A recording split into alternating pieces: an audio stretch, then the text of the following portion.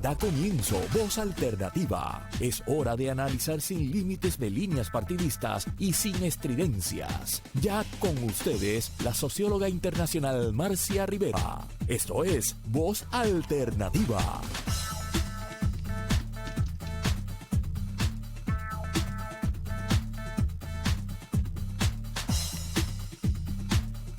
Amigas y amigos de Voz Alternativa, de este programa que desde hace ya más de 4 años estamos llevando a ustedes cada domingo. A todos esos que nos escuchan por Radio Isla y por las emisoras asociadas, también que nos ven por internet o por Facebook Live. Esta semana hemos optado por un formato un poco distinto del programa. Ocasionalmente lo hacemos porque ha sido una semana sumamente movida en ámbitos muy distintos y no podemos dejar pasar la oportunidad de comentar algunas noticias y sorpresas de los pasados días. Hay eventos internacionales que nos sacudieron, como fue la medalla de oro para Puerto Rico en Tokio 2020 o la admisión por parte de la Junta de Planificación que parece que hubo irregularidades que están siendo investigadas en el proceso de los permisos relacionados con la construcción de una piscina en el condominio Sol y Playa de Rincón.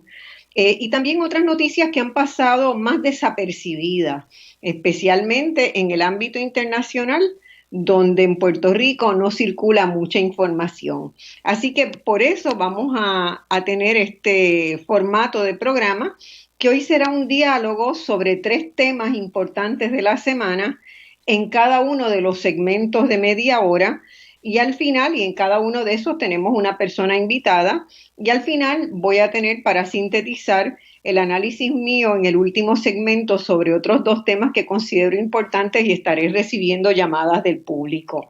Así que le he pedido al doctor Carlos Severino que comencemos por lo internacional.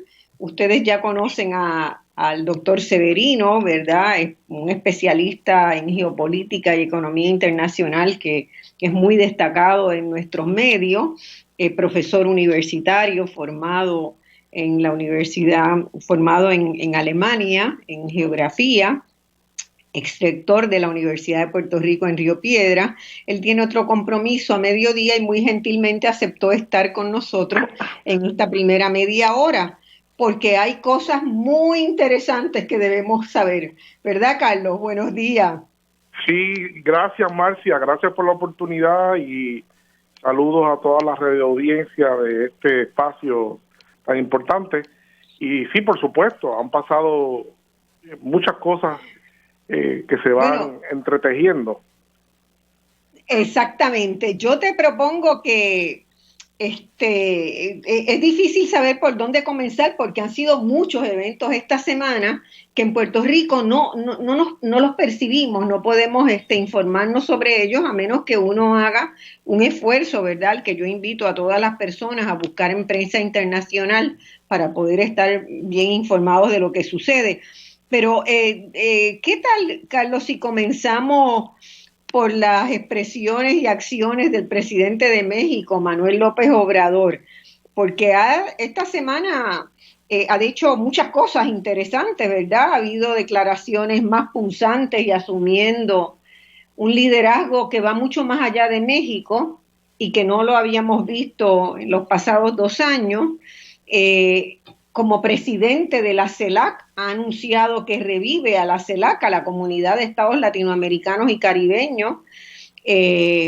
Ha reiterado que la OEA ha perdido validez, que no es el espacio de encuentro para las comunidades latinoamericanas y caribeñas. Envió ayuda oficial de México a Cuba y alentó a las ONG de derechos humanos en el país a que hagan una campaña que la están haciendo contra el bloqueo. Me parece que ha hecho un guiño también para repensar las relaciones con Venezuela, y de todo eso se ha estado hablando internacionalmente. Él hizo también unas expresiones con relación al avance de China como potencia económica en la región y como hasta este momento el principal aliado de América Latina y del Caribe para la recuperación económica post-COVID. Declaraciones Claro. todas muy fuertes, Carlos. No sé, comienza por ahí a compartir lo que tú has percibido. No, concurro contigo. Creo que estoy escuchando de doble. Voy a quitarle el speaker. Aquí el audífono, Marcia. Sí. Dame un segundito. Hola, aquí. Yo te escucho perfectamente. Sí, y ahora voy por el teléfono porque me estaba escuchando doble y un poquito incómodo. Pero nada, yo creo, debo decir algo importante, y es que pues México ha jugado un rol importantísimo en eso que llaman el establecimiento del principio de la no intervención y la autodeterminación, ¿verdad? Y que México fue parte de los países que jugaron un rol importante a principios del siglo XX en el establecimiento de la filosofía de esa doctrina. Y hubo incluso un gran diplomático mexicano, Estrada, que se le llama, ¿verdad? Se le llama en honor a él, la doctrina Estrada, el que básicamente le dio sentido al principio de la no intervención en asuntos internos de otros países. Y tú sabes que México por muchas décadas, mientras hubo el reinado, como le llama, el reinado del PRI, pues hubo muchas cosas malas, pero sí hubo una política exterior muy consecuente con los principios de la no intervención en otros países y el llamado a la no alineación. Entonces eso en México se perdió a principios de la década de los 90, comenzó a perderse en los gobiernos neoliberales que se sucedieron, y en la imposición de ese tipo de lógica fue debilitando el carácter mexicano con respecto a eso, y México pues se adhirió a ciertos movimientos internacionales que transgredían esa historia tan particular y tan consecuente mexicana. Y yo recuerdo que Andrés Manuel López Obrador, aún siendo candidato, pues tenía como lo mencionó varias veces, que pensaba que México debería volver a sus raíces y respetar lo que siempre había propuesto a nivel de relaciones internacionales. Entonces vemos esta semana todo eso que tú has mencionado, que yo concurro contigo, insisto, en que parecería ser ya la llegada, el aterrizaje concreto de México y de Andrés Manuel López Obrador como jefe de Estado hacia la política de no intervención. Así es. Ahora, eso es muy importante, en un momento, ¿verdad?, donde si nosotros miramos otros indicadores que a mí me ponen bastante inquieta, por ejemplo, el gasto militar de Estados Unidos, cómo ha ido aumentando. Biden es el presidente que más ha gastado, que más presupuesto ha pedido para armamento. Están retirando soldados de Afganistán. Necesitan alguna guerra para seguir ¿verdad?, consumiendo lo que piensan gastar en armamento. Y a mí me aterra la idea de que se pueda estar pensando en una intervención militar en algún punto del Caribe o de América Latina, ¿verdad? Marcia, entonces me parece que anclar la no intervención, la no injerencia, ¿verdad?, la libertad de cada país para tomar las decisiones que desee tomar, van en esa dirección, y es lo que está buscando, ¿verdad?, como colocarse el presidente de México en una posición de liderazgo de América Latina, y me parece que está haciendo un trabajo de concertación y de diálogo muy fuerte, tanto con Cuba como con Venezuela. Sí, definitivamente. Yo creo que eso que tú dices, Marcia, es muy importante. Que va a ser... Sí, perdón, coméntame. Sí, es muy importante eso que tú dices, pues porque concurrentemente con la retirada, no solamente de Afganistán, Estados Unidos está retirándose de puntos claves que ha intentado establecer geoestratégicamente en Asia, particularmente el Asia sur occidental. en los últimos 20 años. Estados Unidos se está retirando o ha tenido que retirarse de Afganistán, de Irak y finalmente también de Siria. Y en ninguno de esos lugares ha logrado realmente alguna victoria después de un gasto que es una cosa increíble lo que se ha gastado en 20 años allí. El país con el país, Estados Unidos me refiero, con un déficit trillonario en infraestructura, que lo han establecido varios presidentes y que ahora el presidente Biden pues parece que intenta hacerlo. Pero junto con eso, que es lo menos que se sabe, también conocemos de que se está reorganizando lo que llaman la cuarta flota. Exactamente. Lo que era un momento dado el Comando Sur, que conocemos en Puerto Rico y conocen en Panamá, ¿verdad? Porque Puerto Rico jugó un rol importante como elemento subsidiario de ese Comando Sur. Y entonces, esa reorganización, cuando yo leí documentos, ¿verdad?, que se publicaron sobre eso, pues hablan de sostener los valores, la paz, la democracia, el comercio de Estados Unidos con América Latina. Lo que está pasando en América Latina es un debilitamiento de las posturas geoestratégicas de Estados Unidos, no solamente con lo que acaba de decir Andrés Manuel López Obrador, sino con lo que acaba de decir también el nuevo canciller peruano, que se retira unilateralmente, con efectos inmediatos. El país se retira del famoso grupo de Lima, que era un grupo claramente de países de corte injerencista, promoviendo una ruptura en el orden institucional en Venezuela. Así que eso que tú dices, eso que tú mencionas, yo creo que es una posibilidad que está en el tablero de ajedrez, que lamentablemente, pues, yo espero que no se ejercite y que ojalá que sea por vía de negociación y de paz y de multilateralismo, que se lleguen a mejores acuerdos entre los países de nuestro hemisferio. A mí me da la impresión de que López Obrador está tratando, él usó una frase esta semana en una de sus intervenciones, de que era necesario mantener la paz y la estabilidad en México y en toda la región, ¿verdad? Entonces, cuando uno, en el análisis de coyuntura, tú muy bien lo sabes, ¿verdad?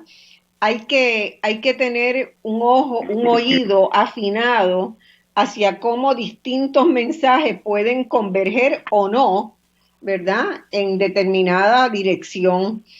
Y a mí me dio la impresión, porque fíjate que junto con lo que, ¿verdad?, hemos visto que en Cuba se ha ido apaciguando el proceso de protesta, que el gobierno ha tomado intervenciones directas para sanear la situación, para estabilizar.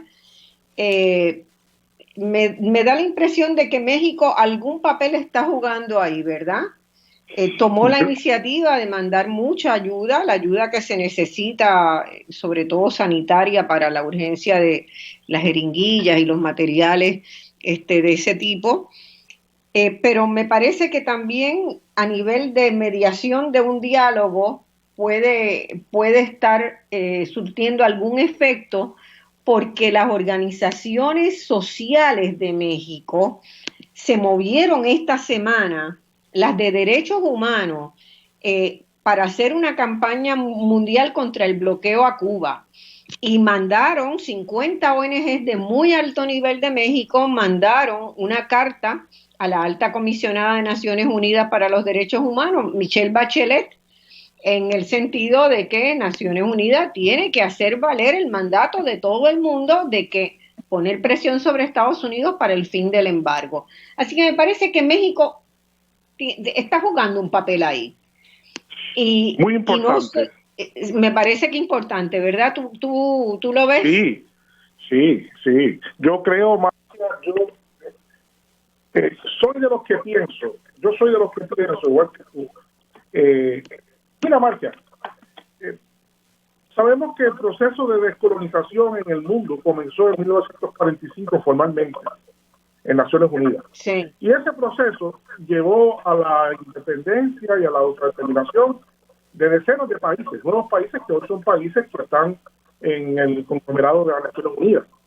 Pero todos sabemos también que ese proceso no ha terminado y que todavía hay resabios de las políticas, de la cultura política imperial que dominaba el mundo en la primera mitad del siglo XX y antes también del siglo XIX. O sea, todavía las conductas imperiales no han podido desaparecer y todavía hay sesgos importantes en algunos países, vamos a decir, de algunos sectores importantes en algunos países ex imperios que todavía siguen comportándose, no aceptan que el mundo, estamos en el siglo XXI y que necesitamos un mundo totalmente multilateral donde cada país sea tratado con respeto y que se elimine de la faz de la tierra todo vestigio así tan burdo de injerencismo e intervencionismo. Las nuevas relaciones internacionales en el siglo XXI deben ser multilaterales, ¿no? Yo creo que México, yo creo que Andrés Manuel López Obrador entiende muy bien eso y entiende que las posturas históricas de relaciones internacionales de México son importantes destacarlas no solamente a nivel de México, sino también de América Latina y el Caribe. Y es lo que ha hecho en este momento. No tengo igualmente duda que lo que tú estás diciendo es totalmente correcto. Sabemos que tienen que estar dándose conversaciones importantes. De hecho, no nos llamemos a engaño. No nos llamemos a engaño y vamos a ver esto en Realpolitik, lo que llamamos Realpolitik. El propio presidente Biden acaba de anunciar nuevas sanciones contra Cuba.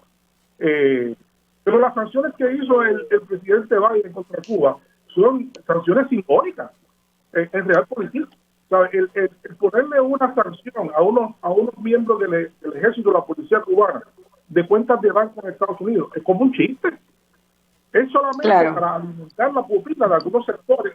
Eso es una medida electoral con miras posiblemente al próximo. Eso lo decía muy bien Fernando Martín esta semana, que lo escuché, y concurro con él. Creo que es más bien una medida política interna del proceso electoral con miras a las votaciones de midterm en Estados Unidos.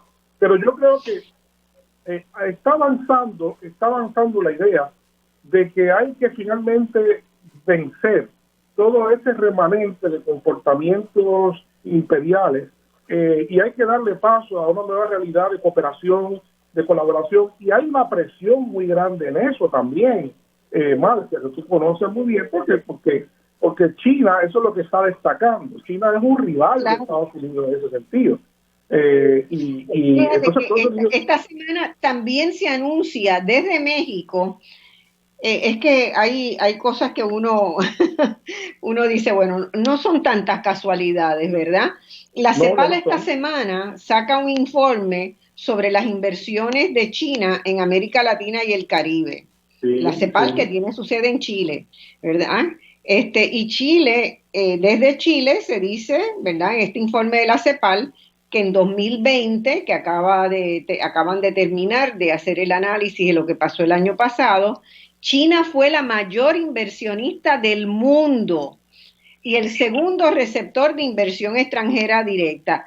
Y hay una frase que me sonó mucho, que dice la CEPAL textualmente: el proceso de recuperación de América Latina y el Caribe de la pandemia de COVID-19 es una oportunidad de iniciar una nueva etapa en las relaciones económicas con China y de elaborar políticas que aseguren que las inversiones de ese país contribuyan a construir capacidades productivas en los países receptores, a establecer vínculos con proveedores locales, a generar empleo y a promover el desarrollo sostenible. ¿Qué yo leo de eso? ¿Verdad? Que las políticas de inversión de Estados Unidos en la región no hicieron eso. No lo han hecho. No lo han hecho. Pero y la CEPAL, en ese, ¿verdad?, lenguaje muy cuidadosamente seleccionado, ¿verdad?, está hablando de lo que puede hacer esta la prolongación de la expansión de las inversiones de China en América Latina y el Caribe, y diciéndole a Estados Unidos, ojo, ustedes están imponiendo un modelo que no deja a la región progresar. Tampoco se destacó por acá, no se conoce, pero hubo una reunión hace 3 semanas de todos los países latinoamericanos que fue en China, y Sí. invitaron a todos los cancilleres, invitaron a embajadores especiales en comercio internacional a China, a todos los países, incluyendo a lo que llaman ahora lo que será el nuevo rico, que es en Guyana, ¿verdad? Que antes no le ponían atención. Pues China los invitó allí en una conferencia que se llamó Win-Win Collaboration and Cooperation. Y ahí te da una idea de la importancia que está teniendo para China América Latina, y a la vez está retando un precepto importante de las relaciones internacionales imbricados por siglos, que era que América Latina era para los americanos también, no solamente para los americanos. Por eso está quedando atrás bajo el principio de win-win, que significa que uno tiene que negociar con el que mejor condiciones ofrezca en términos, ¿verdad?, de lo que tú tienes para ofrecer, lo que tienes para necesitar. Y eso es lo que debe prevalecer en las relaciones, no a base de molleros, no a base de imposiciones. Así que creo que está avanzando eso, pero no seamos ilusos. Eso no avanza en una pista totalmente lisa y de desplazamiento perfecto. Eso avanza en una pista con obstáculos que ojalá pues que se puedan sortear de manera de que no causen fricciones tan graves como la que tú ya mencionaste que es posible que pueda ocurrir, ¿verdad? Pero sí, hay, o sea, esto es sensitivo porque pues, tú sabes que por 150 años Estados Unidos ha tenido un precepto de que el precepto era que nosotros no intervenimos en Europa ni en otras partes y nadie interviene acá en nuestra zona, ¿no? Pues eso ya no, el mundo interdependiente, el mundo globalizado en que estamos, ¿verdad? Realmente no provee para eso más, para ese tipo de segmentación. Bueno, incluso Estados Unidos ha sido un actor clave en todas las decisiones europeas y en la OTAN, correcto. No es que se mantuvo fuera del resto del mundo. Correcto. Después que hubo una necesidad, Estados Unidos intervino abiertamente en la Segunda Guerra Mundial y a partir de eso la historia la conocemos muy, muy bien. O sea que el propio Estados Unidos ha ido rompiendo su propia visión, pero ha sido muy poco cooperador con que otros países rompan eso, ¿no? Entonces, claro. Lo que está llegando ahora, a mí también me dio, me pareció que haber hecho un anuncio de cómo se está reviviendo la CELAC y justamente el viernes, le mandó una carta al Fondo Monetario Internacional López Obrador en su carácter de presidente temporero de la CELAC, ¿verdad? Porque se va rotando. Sí. Pero la CELAC está básicamente medio inactiva desde el 2017, 2018, ¿verdad? Ya lleva varios años que no, desde la muerte de Hugo Chávez, vamos a decirlo claramente, que era el que le ponía ánimo y ganas a la CELAC. Pero la CELAC ayer le pide al Fondo Monetario que considere cambios para atender las necesidades urgentes post-pandemia. Y las sugerencias que les da están básicamente, yo veo como una visión muy parecida a la que estuvo instrumentando en el ámbito económico Evo Morales con excelentes resultados, porque también esta semana se dio a conocer un informe del presidente de Bolivia donde evaluaron todo lo que había sucedido en los años anteriores, que había sido interrumpido por el golpe de Estado, para anunciar que se retoman la línea de políticas que busca crecimiento con redistribución y que le dio a Bolivia, ¿verdad?, durante muchos años, desde el 2006 en adelante, Bolivia fue uno de los países que más creció económicamente de la región, casi siempre el más que creció entre 2006 y 2019. Le llamaron el milagro económico boliviano. El milagro económico estaba predicado en crecer redistribuyendo, cerrando las enormes brechas entre ricos y pobres que existen en el país, y los datos que se presentaron fueron muy fuertes, ¿verdad? Yo como economista y que he estudiado mucho el caso de Uruguay, creo que Bolivia y Uruguay fueron los únicos dos países de la región que lograron disminuir muy significativamente la pobreza y la pobreza extrema y Correcto. aumentar, en el caso de Bolivia, que apenas tenía una clase media, pasó de ser el 35% de la población al 59% para 2019. Me parece que por ahí la CELAC va a ir tomando un carisma socialdemócrata, si se quiere, y de un modelo, de apostar a un modelo de desarrollo humano sostenible. Y que por ahí es que López Obrador es como mi lectura desde la economía, ¿verdad? Yo creo que, y yo pienso igual que tú, Marcia, coincido contigo, yo creo que, de hecho, todas las propuestas, incluyendo a Pedro Castillo en Perú, todas las propuestas se dirigen a modelos económicos, fundamentalmente de lo que llamaron en algún momento en Europa economía social de mercado. Economía social de mercado con una vinculación muy fuerte al tema ambiental. Y eso es lo que está, no se está aquí tratando de nada distinto a eso. Son gobiernos antineoliberales, pero de una profunda vocación para revertir las brechas entre ricos y pobres y crear una sociedad más equilibrada. Y al fin y al cabo, la gente lo que quiere es eso, Marcia. La gente lo que quiere es vivir mejor y mejores condiciones materiales de vida. O sea, no le pongamos etiquetas a eso. Y simplemente lo que la gente quiere son mejores condiciones de vida y que los ingresos de los países sean distribuidos mejor y con calidad de vida. Y que no haya corrupción y que no se vayan por el chorro, ¿verdad? Por supuesto. Así que bueno, Carlos, te agradezco un montón esta media hora. Siempre tenemos mucho más que discutir contigo, que te mantienes tan al tanto de todas las cosas. Gracias por compartir tus conocimientos con nuestra audiencia. Vamos a una pausa y cuando volvamos, vamos con la doctora Ethel Ríos, porque en la Universidad de Puerto Rico pasaron cosas muy interesantes esta semana. En realidad parecía una comedia de errores, pero vamos a eso con el nombramiento del presidente de la universidad, la presidencia de la Universidad de Puerto Rico.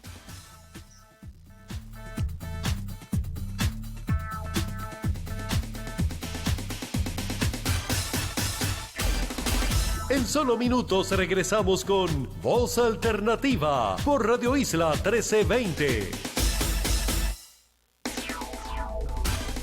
Ya estamos de regreso al análisis de los temas que te interesan. Escuchas Voz Alternativa por Radio Isla 1320.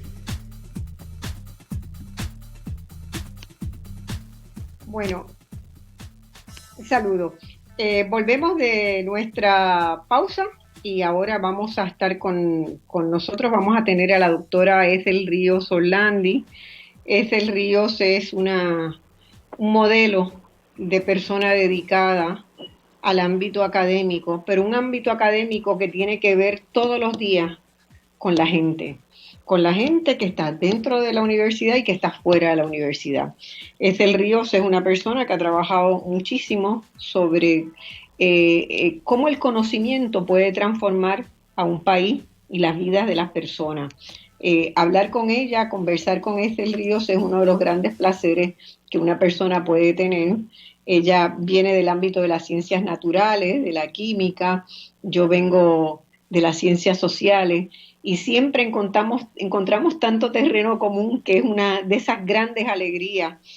Ha estado otras veces en Voz Alternativa, no solamente ha sido docente e investigadora en la universidad, sino que ha ocupado altos cargos y hasta interinamente también la rectoría. Ethel, encantada en tenerte. Buenos días. Buenos días, Marcia. Bueno, gracias por esas palabras. Uno pues actúa según lo que piensa, ¿verdad?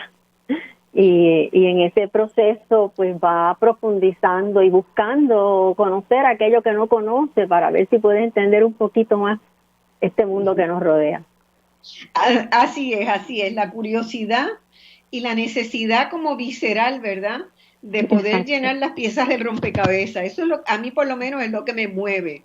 Entonces, si me sospecho que hay algo en otros ámbitos que yo no domino, busco aprender lo que sea para poder entender. Y eso me parece que nos ayuda muchísimo. Yo casi muero de infarto esta semana con los disparates que salían de la Junta de Gobierno en la Universidad de Puerto Rico. Yo no sé qué tú piensas del asunto, pero esa junta, además de tener un problema serio de impericia, ¿verdad? Hay un problema en cómo maneja los asuntos de la universidad, da muestras de ni siquiera conocer la Universidad de Puerto Rico y ni siquiera poder entender el papel que los puertorriqueños y puertorriqueñas esperamos en nuestra universidad. Y entonces, con la máxima tranquilidad, toma decisiones de despedir fulminantemente a un presidente, no sienta unos mecanismos claros, transparentes para la búsqueda del próximo, que buscan uno, lo nombran, se sienta en la silla por, no sé, menos de 3 días, y buscan otro. ¿Qué está pasando, Ethel? Bueno, yo pienso que una parte bien importante del problema es la estructura misma de la gobernanza, como tú bien nombraste esta parte del tema del programa de hoy de la Universidad de Puerto Rico, pero tenemos que subsumir esa idea también dentro de lo que yo pienso que es ya casi medio siglo del neoliberalismo, desde sus inicios tímidos hasta una consolidación, por lo menos en el caso de Puerto Rico. Me parece que ya hay una consolidación estructural a través de distintas leyes, como por ejemplo la de la autoridad la de AFAF, Autoridad Financiera, y la Agencia Fiscal, todo lo que se ha hecho con el empleo público, toda la desarticulación del gobierno, y es un enfoque de quema y arrasa, para convertir los procesos en procesos irreversibles. No es lo mismo una decisión de un gobernador de turno que una legislación que entonces se establece a largo plazo. Así es que, dicho esto, entonces vamos a lo que es el cuerpo máximo de gobernanza de la universidad, que es la Junta de Gobierno, que en sus distintas etapas, ¿verdad? De Consejo de Educación Superior, Junta de Síndicos, ha tenido siempre alguna intención de que se hagan unos nombramientos a término, de manera que haya unos que queden siempre cuando cambian los gobiernos, ¿verdad? Eso nunca ha ocurrido. ¿Cómo es que en Puerto Rico tiene un nombre los atornillados? Los atornillados. Bueno, los atornillados, fíjate que los atornillan en realidad en puestos al interior del gobierno. Y en la universidad nunca habíamos visto que esto descendiera en un cambio de gobierno a niveles de direcciones de oficinas, ¿verdad? Generalmente se quedaba en la administración central o algún ayudante de algún rector, pero este asunto está penetrado de acomodar personas fundamentalmente por la afiliación al partido de gobierno, independientemente de que puede haber algunos que tengan sus competencias, ¿verdad? Pero eso establece, sobre todo en el ámbito, establece unos problemas de disfuncionalidad, porque el que llega no conoce dónde es que se está metiendo, pero establece también un techo de vidrio para el personal de carrera de la universidad, que sus carreras como que van a terminar en ciertos sitios, y aunque estén capacitados no pueden dirigir una oficina porque no están en el partido que corresponde, y eso le hace muchísimo daño a la universidad. Regresando, ¿Por qué si las evaluaciones académicas para reclutar profesores son bien estrictas, ¿verdad? En algunos casos se habla de que los comités los comités de personal para reclutamiento y para ascenso pueden llegar a ser comités odiosos, ¿verdad? Pero en general hay procedimientos estrictos para evaluar las personas que van a entrar como docentes y también hay procedimientos estrictos para evaluar a los estudiantes que entran a la universidad. ¿Por qué no hay procedimientos estrictos para evaluar quiénes van a la Junta de Gobierno? Porque yo lo que veo, si me pongo a estudiar cada uno de los miembros de la Junta, de los actuales, los que estuvieron el año pasado, los que estuvieron hace 3 años, en realidad me cuesta mucho entender la lógica de por qué han llegado a ser designados integrantes de la Junta de Gobierno de la universidad si no tienen ninguna base que amerite, ¿verdad? Nada sostenido en el mérito para dirigir una institución académica. Bueno, ese es parte del problema de la estructura de la Junta de Gobierno, es que se nombran a voluntad, ¿verdad? En esta ocasión hay 4 miembros que pasan por un sedazo porque son seleccionados los profesores, 2 profesores que tienen que tener permanencia, es decir, ya pasaron por reclutamiento y por distintas evaluaciones de los docentes. De facultad, de los docentes. Y los estudiantes, uno es de posgrado, otro de bachillerato, pero son estudiantes que han pasado por un cernimiento quizás un poco distinto, pero son seleccionados de estudiantes que los de posgrado se seleccionan de una manera distinta, pero los mismos profesores ya han sido reconocidos por sus pares, que los han elegido al Senado académico, que ese Senado académico los ha seleccionado para que representen a sus recintos en la Junta Universitaria.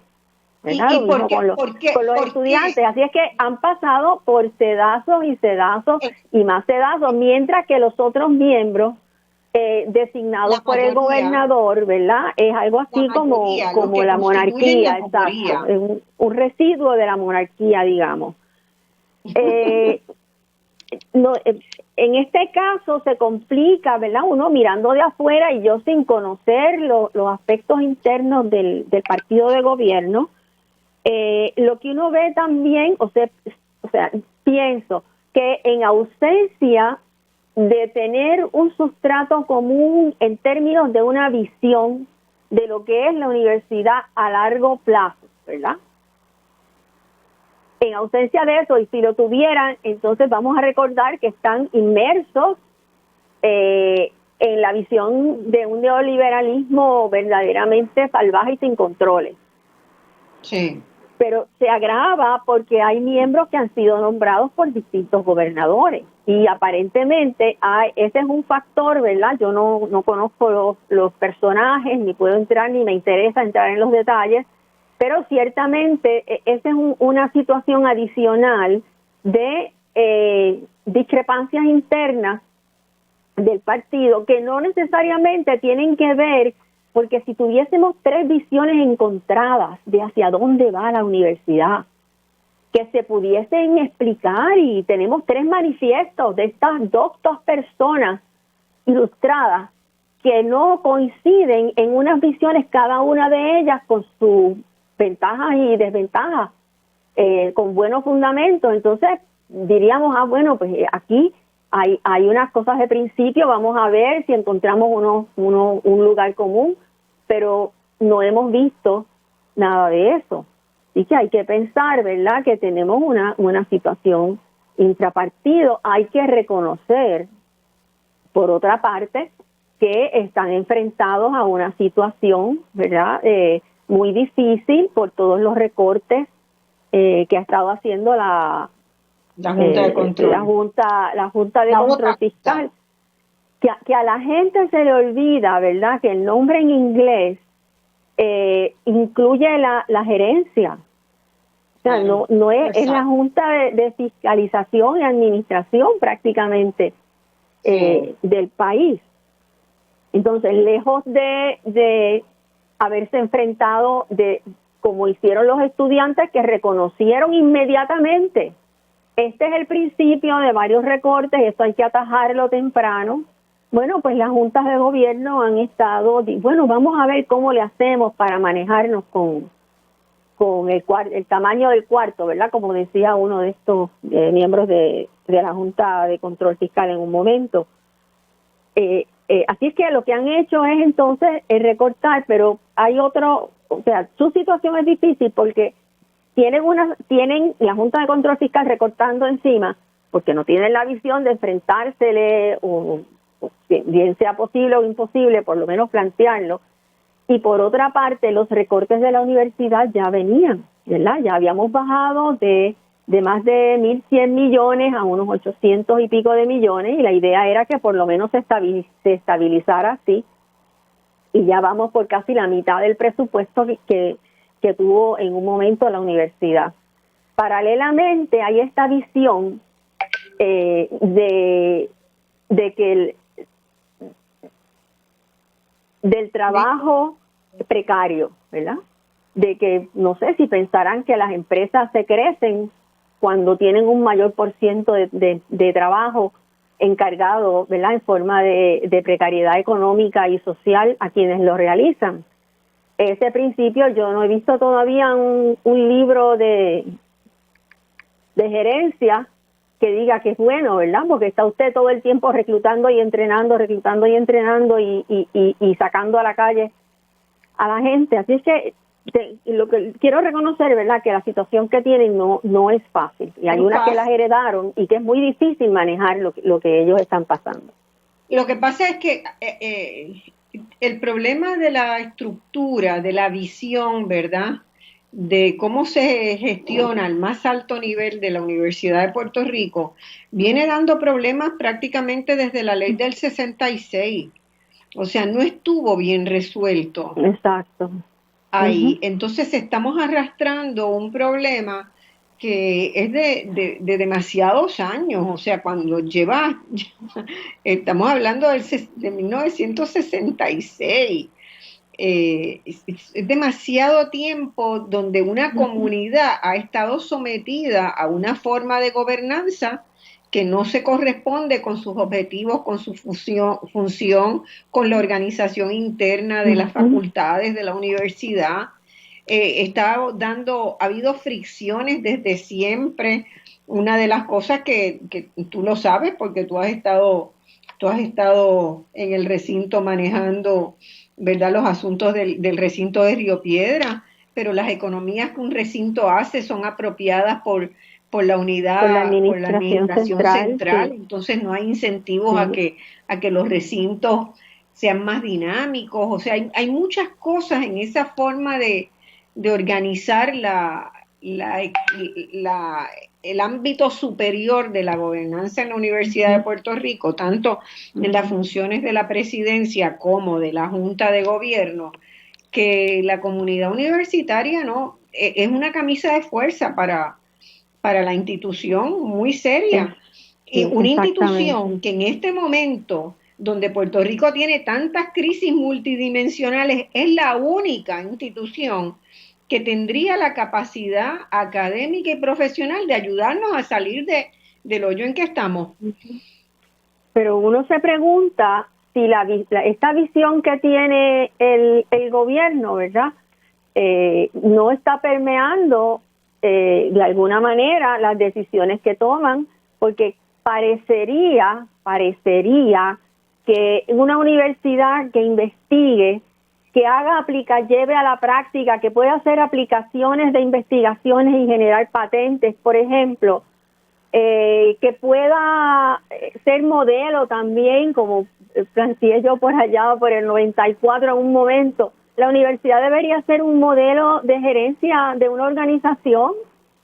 Claro. Y no estar con los amarres que tiene. Entonces parecería que esa universidad donde la gente se reta, el estudiante, tenemos muy buenos estudiantes y nuestro trabajo en parte es retar esas inteligencias para que produzcan, para que cuestionen, para que inventen, para que generen conocimiento. Parecería que eso no es lo que se quiere que ocurra. Claro. ¿verdad? Tenemos entonces una según se van retirando los profesores, las plazas no solamente se congelan, se están tachando a la línea de presupuesto, que por eso digo esquema y arrasa, se fueron. Y si el modelo de negocios de Puerto Rico, ¿verdad?, es, por ejemplo, fomentar el turismo, el convertirnos en Punta Cana aquí y allá, en el norte, en el sur, en cuanto orilla tengamos y en cuanto campo, porque hasta allá se están metiendo, ya ven el interés que hay en Utuado, en plena montaña. Que es bellísimo. ¿Es que necesitan científicos para eso o lo que necesitan son personas que guíen el carrito de golf? Es una caricatura lo que estoy haciendo. Verdecito. Exacto, pero eso es lo que uno se tiene que preguntar. No necesitan la universidad para ese modelo. Para ese modelo. Necesitan el nombre. Yo también le digo, cuando la gente dice van a cerrar la universidad, digo, no, la UPR es una marca. Es una marca que tiene estatus a nivel de otros países, es muy reconocida. Así es que yo creo que lo que yo veo es que se va a seguir usando la marca UPR, hablando en los términos que ellos, ¿verdad?, que se manejan acá en los círculos estos financieros, etcétera, pero le van a cambiar el contenido. Y ahí es donde entonces vamos a tener el profesor en precario, los empleados sin plan de retiro. La universidad no tiene unos salarios muy altos que digamos, y muchas de las personas que han sido reclutadas, particularmente en el sector no docente, en realidad trabajan por el plan médico y el retiro. Claro.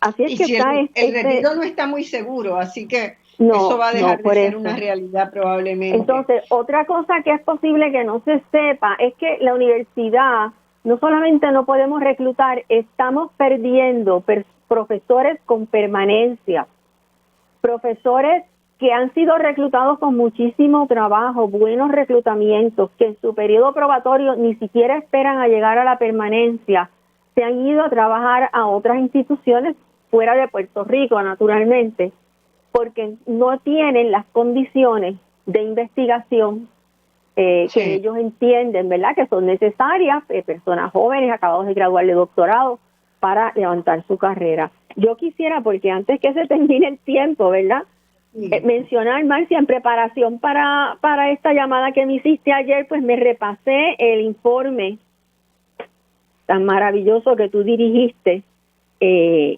allá para el 2001, ¿verdad?, con la Comisión de Educación, Ciencia y Cultura, que presidía pues una universitaria, la Margarita Stolaza, y estaba viendo que hay muchísimas. Primero que si eso se le hubiese hecho caso hace 20 años, ¿verdad?, estaríamos en otro sitio. Pero también que en el proyecto que se está considerando ahora, que presentó la Comisión Multisectorial para la Reforma, y que recoge bastante del sentir de la comunidad, pues uno ve entonces una junta de gobierno que al ser una corporación pública la tiene que nombrar el gobernador, pero no la va a nombrar a capricho como si fuera el soberano. Así es que en ese diseño empiezan un proceso de identificar unos candidatos, los Y finalmente, para contarlo rápido, en la Junta Universitaria llegan todos los nombres que se han evaluado a nivel de los senados académicos, y para cada una de las 7 sillas que va a llenar el gobernador se le somete una terna. Y además tiene que pasar por el aval del Senado, ¿verdad? Ese es un ejemplo. Otro ejemplo, y valdría la pena quizás mencionar que se trabaja con la transversalidad que tiene que haber en la institución para que las cosas funcionen. Se baja a nivel operativo muchas de las decisiones, ¿verdad? La universidad ha tenido, este asunto de que la Junta de Gobierno decida poner a una persona sin convocatoria en un departamento. Sí. ¿Verdad? Eso es micromanejo, como dicen, sin consultar al departamento, es decir, que no pasa por todo este proceso riguroso y a veces un poquito fuerte de evaluación. Otro principio que tiene es el de aumentar el acceso, ¿verdad? El acceso, equidad, pero tú mencionaste algo de las evaluaciones, ¿verdad? Así es que en este proceso, el cuerpo de mayor jerarquía, que se llamaría el Consejo Universitario, estos miembros que nombre el gobernador van a ser a unos plazos de 7 años y van a tener la posibilidad de quedarse un segundo término mediando una evaluación. Y de la misma manera, todos los demás funcionarios... Al preparar la terna, deben haber sido evaluados también. Claro. Eso es, digamos, una vez entran en funciones, ¿verdad? Sí. Van a ser evaluados, ¿verdad? Por unos comités de pares en cada uno de los niveles. En forma similar se establecen términos, que es algo que la comunidad universitaria ha estado pidiendo por tiempo. Se establecen términos para el tiempo que van a estar en sus puestos, decanos, directores, presidentes, etcétera. Y siempre puede quedarse a un segundo término. Hay una evaluación formativa a mitad de término y hay una evaluación a final de término, y esa evaluación es la que decide si de estar disponible la persona se va a quedar un segundo término. Es decir, se han metido una serie de dispositivos en la ley que tienen la función de darle estabilidad a la institución. Bueno, lo que tenemos que lograr ahora es que el Senado le dé velocidad a ese proyecto, que lo saque, que lo analice, que lo convoque a vistas públicas, que se empiece a mover, porque la universidad necesita tener un nuevo ordenamiento. No hay manera de que podamos resolver los problemas que tiene Puerto Rico sin resolverlos de la universidad, ¿verdad? Claro, de hecho la ley piensa, ¿verdad? Y presenta a la universidad como una herramienta de futuro, una herramienta, como yo digo, de presente y de futuro, ¿verdad? Para el desarrollo socioeconómico y cultural sostenible de Puerto Rico a largo plazo. Es un proyecto que está pensando en largo plazo y que se aleja de esta visión de la universidad como un emisor de grados. No, el formar el recurso humano, el formar a las personas, ¿verdad? Como dice nuestra Constitución, que todo ciudadano, ¿verdad?, tiene derecho al desarrollo pleno de su personalidad. Bueno, está esa parte, pero la universidad tiene que hacer más, ¿verdad? Y tiene que ayudar a establecer este entramado de conocimiento y de prácticas y para que se gane el apoyo de la sociedad, porque vamos a estar todos los que estamos en la universidad, vamos a estar con la universidad, pero la universidad también tiene que ganarse eso. Te agradezco un montón. Ya me están llamando para que vayamos a la pausa. Sabes que siempre Voz Alternativa está abierta para ti, para conversar contigo, porque es un gran placer. Nos vemos. Muchas gracias, Marcia, igualmente de mi parte. Saludos. Vamos a una pausa, mis amigos, y volvemos en breve con José Rafael Cos, y vamos a ver qué pasó en las Olimpiadas. Esto es una embocadura para un programa especial que vamos a hacer la semana que viene, pero vamos con Papo Cos ya mismo.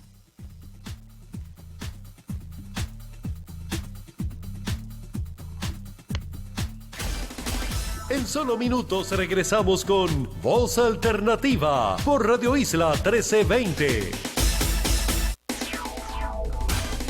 Ya estamos de regreso al análisis de los temas que te interesan. Escuchas Voz Alternativa por Radio Isla 1320. Bueno, mis amigos, volvemos a este programa que es una picadita, ¿verdad?, de análisis de las noticias que consideramos más importantes de la semana, que no podemos dejar pasar por alto, porque cuando hacemos un programa temático que siempre, ¿verdad?, lleva mucha investigación, que le damos las 2 horas, nos quedamos con la sensación de que pasaron tantas cosas en la semana que no pudimos atender, así que hoy hemos decidido retomar un poquito de eso que hemos estado perdiéndonos en las últimas semanas. Tenemos con nosotros a José Rafael Cos. ¿Estás por ahí, Papo? Sí, estamos por aquí. Gracias por la invitación. Bueno, ustedes saben que Papo fue cómplice y conspirador para crear este programa y en su primera etapa, ¿verdad? Después se fue a terminar su tesis de doctorado y a hacer otras cosas importantes, pero Papo estuvo al pie del cañón ¿verdad? En la concepción de Voz Alternativa y siempre es muy agradable tenerlo y yo lo invito ocasionalmente también como comoderador en los temas donde él tiene una formación y una vivencia que yo no tengo. Es el caso de los deportes, ¿verdad? Cuánto quisiera yo saber de deporte, una fracción de lo que Papo tiene, habiendo sido deportista él, habiendo sido un gran tenista de Puerto Rico. Así que, Papo, un placer tenerte. Gracias a ti y bien contento de estar en el programa después de gente tan prestigiosa como Severino y la compañera Anet de la universidad, ¿verdad? Siempre bueno, sintonizamos yo el creo que ya programa. lo podemos anunciar que el próximo domingo vamos a tener un bótate de programa sobre deportes, ¿verdad? Sí, a mí Porque me ya va a haber gustaría. regresado la gente que está ahora en Sí. Japón, ¿verdad? Que han estado en las Olimpiadas. Así que estamos con Papo, estamos preparando ese programa juntos y va a ser, yo creo que un gran programa. Ya lo dejamos anunciado, aunque vaya a ser una sorpresa quienes lo integren, pero gente muy linda y muy buena, ¿verdad, Papo? Sí, a mí me gustaría y vamos a hacer el esfuerzo, ¿verdad? Conjuntamente para que estén representados, pues, ¿verdad? De alguna manera el liderato del Comité Olímpico, de las federaciones deportivas, de los atletas puertorriqueños, también de los educadores físicos, y tenemos gente muy valiosa que están disponibles para el domingo próximo. Perfecto. Bueno, vamos a empezar un poquito dando una panorámica de lo que viste de las Olimpiadas. Cuéntame, pudiste estar bastante pegado. Yo ocasionalmente algunas cosas vi con mucho interés, ¿verdad? Como la carrera donde participaba Yasmín Camacho Quinn, que fue una inmensa alegría. También vi el trabajo de clavados que hizo Rafa Quintero, que me impresionó muchísimo como un atleta nuestro, un atleta completo. Seguí también y quiero que después hablemos de eso, del polo, ¿verdad? Porque el polo acuático, donde también hemos tenido una familia puertorriqueña ahí que vive en Estados Unidos y que después vamos a conversar sobre ella, pero lo vi con mucho interés también. Y por supuesto vi las cosas de gimnasia artística y rítmica que a mí me encantan, y algunos partidos de baloncesto. No pude dedicarle mucho tiempo porque mi vida tiene solo 24 horas y yo necesito como 48 para todas las cosas que quiero hacer, pero sí me disfruté bastante de las Olimpiadas, aunque fueran, ¿verdad?, los eventos más en la noche. ¿Tú qué hiciste? ¿Qué tuviste? Sí, a mí lo que me gustaría, si me permite rápidamente, es destacar unos aspectos importantes desde el punto de vista histórico, ¿verdad?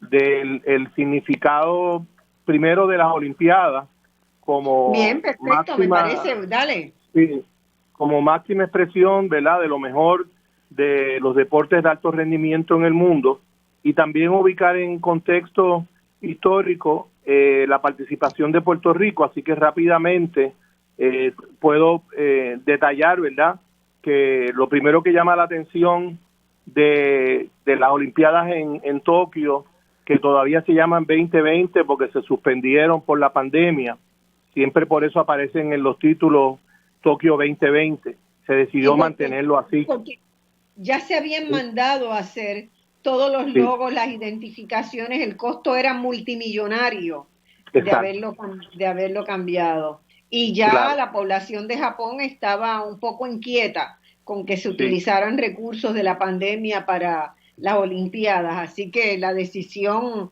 una decisión en un sentido pragmática, ¿verdad? Sí, y también había una oposición a que se celebraran las Olimpiadas en Japón de parte de sectores de la sociedad japonesa, ¿no? Sí, Hasta el último por el momento costo que hubo representa oposición. para un país, ¿verdad? Y en un momento de riesgo, de alto riesgo, y de que era un tipo de actividad que podía contribuir, como de hecho también hay señales de que contribuyó a hacer más complicada la pandemia en Japón. Sí. Entonces, por otro lado, es interesante que en estas Olimpiadas, yo creo que es una de las Olimpiadas donde más países han participado. Sí. Y también se ha reconocido, ¿verdad? A pesar Sí. de las dificultades. Sí, porque también se aceptaron sectores como los inmigrantes, tenían su representación, y distintos sectores que llevaron al total de 204 delegaciones de países y sectores, ¿verdad?, que se permitieron en estas Olimpiadas.